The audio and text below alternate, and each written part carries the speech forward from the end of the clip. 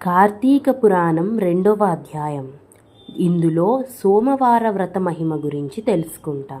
వశిష్ఠుడు జనక మహారాజుతో ఇలా అంటున్నాడు.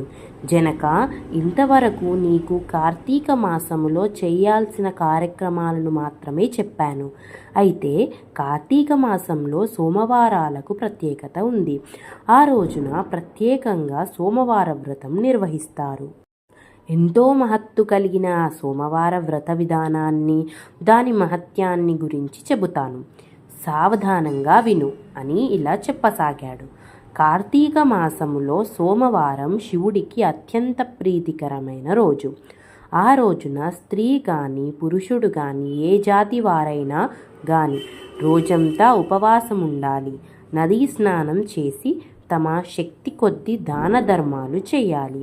శివుడికి బిల్వపత్రాభిషేకం చేసి సాయంత్రం నక్షత్ర దర్శనం తర్వాత అల్పాహారం తీసుకోవాలి. ఈ విధంగా నిష్ఠతో ఉంటూ ఆ రాత్రంతా జాగరణ చేసి పురాణ పఠనం చేయాలి. ఉదయం నదీ స్నానం ఆచరించాలి. నువ్వులను దానం చేయాలి. తమ శక్తి కొద్ది పేదలకు అన్నదానం చేయాలి. అలా చెయ్యలేని వారు కనీసం 3 బ్రాహ్మణులకు తృప్తిగా భోజనం పెట్టిన తరువాత తాము భుజించాలి.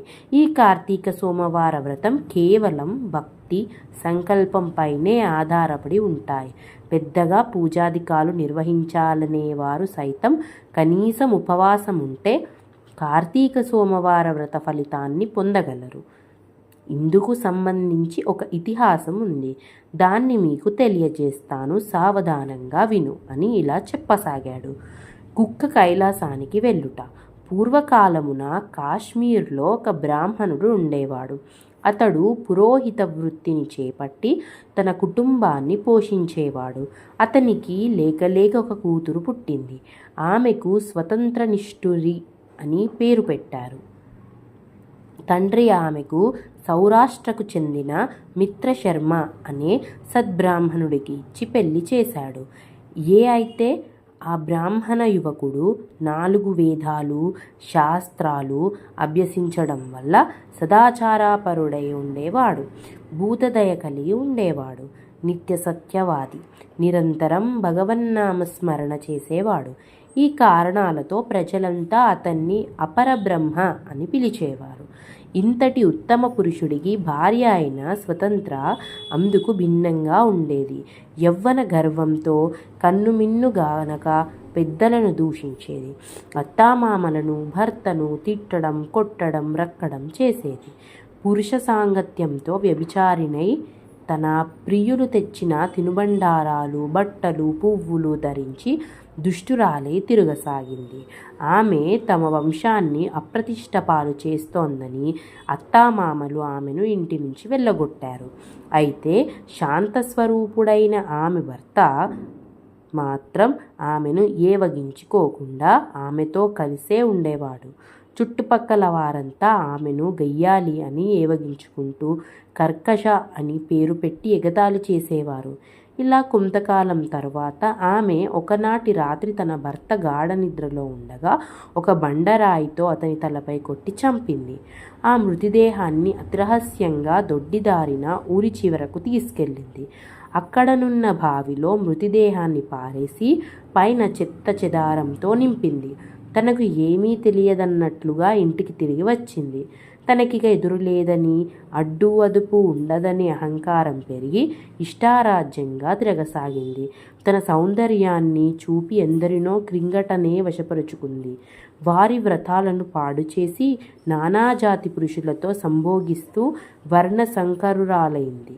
అంతటితో ఆగకుండా కన్యలు పెళ్ళైన మహిళలకు దుర్బుద్ధులు నేర్పి పాడు చేసి విటులకు వారిని అప్పగిస్తూ ధనార్జన చేయనారంభించింది. ఆ తరువాత ఆమె యవ్వనం క్రమంగా నశించడం ఆరంభమైంది. వయసు పైపడసాగింది. చేసిన పాపాలకు గురుతుగా శరీరంపై పుండ్లు ఏర్పడ్డాయి. వాటి నుంచి చీము రక్తం కారుతూ క్రమంగా కుష్ఠవ్యాధిన పడి రోజురోజుకు ఆమె శరీర పటుత్వం కృషించి కురూపిగా మారింది. యవ్వనంలో ఆమె కోసం వంతుల వారిగా ఎగబడే విటుల్లో ఒక్కరూ ఇప్పుడు ఆమె వైపు కన్నెత్తి కూడా చూడడం లేదు. అలా కొంతకాలం ఆమె ప్రత్యక్ష నరకాన్ని చూచి పురుగులు పడి చనిపోయింది.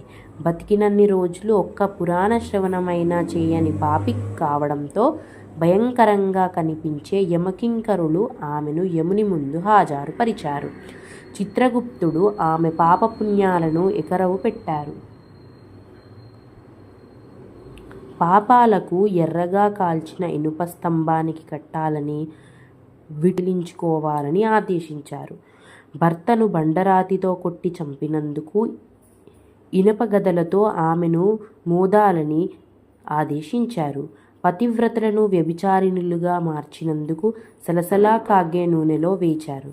తల్లిదండ్రులు అత్తామామలకు అపకీర్తి తెచ్చినందుకు సీసం కరిగించి నోట్లో చెవిలో పోశారు. ఇనుప కడ్డీలు కాల్చి వాతలు పెట్టారు. చివరకు కంబీపాకంలో వేశారు. ఆమె చేసిన పాపాల ఫలితాలను ఆమె ఒక్కతే కాకుండా ఇటు 7 తరాలు అటు 7 తరాలు నరక బాధలు అనుభవించసాగారు. ఆ తరువాత ఆమె నీచ జన్మలు ఎత్తుతూ క్రిమికీటకాలుగా పుట్టి చివరకు 15వ జన్మలో కళింగ దేశంలో ఒక కుక్కగా జన్మనెత్తింది. కుక్క జన్మలో ఆమె ఆకలికి తట్టుకోలేక ఇంటింటికి తిరిగింది. కర్రతో కొట్టేవారు ఆమెను కొడుతూ ఉంటే తిట్టేవాడు తిడుతున్నారు, పిల్లలు తరుముతున్నారు. అయితే ఒక బ్రహ్మడు కార్తీక సోమవార వ్రతమాచరించి ఉపవాసముండి సాయంత్రం నక్షత్ర దర్శనం చేసి ఉపవాస విరమణ నిమిత్తం సిద్ధం చేసుకున్న అల్పాహారాన్ని అరుగుపై పెట్టి కాళ్ళు చేతులు కడుక్కునేందుకు వెళ్ళాడు.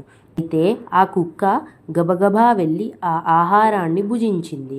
వ్రతనిష్ట గరిష్ఠుడైన ఆ బ్రహ్మడి పూజా విధానముతో జరిపించిన బలి అన్నం కావడం, కార్తీక సోమవారం నాడు కుక్క ఆకలితో రోజంతా ఉపవాసం ఉండడం, శివపూజా పవిత్ర స్థానంలో ఆరగించడం వల్ల ఆ కుక్కకు పూర్వజన్మ విఘ్నం ఉద్భవించింది. వెంటనే ఆ కుక్క విప్రోత్తమా నన్ను కాపాడుము అని మొరపెట్టుకుంది. ఆ మాటలు బ్రాహ్మణుడికి ఆశ్చర్యాన్ని కలిగించింది. మనుష్యులెవరూ కనిపించకపోయేసరికి అంతా భ్రమ అనుకున్న ఆ విప్రుడికి మళ్ళీ మాటలు వినిపించాయి.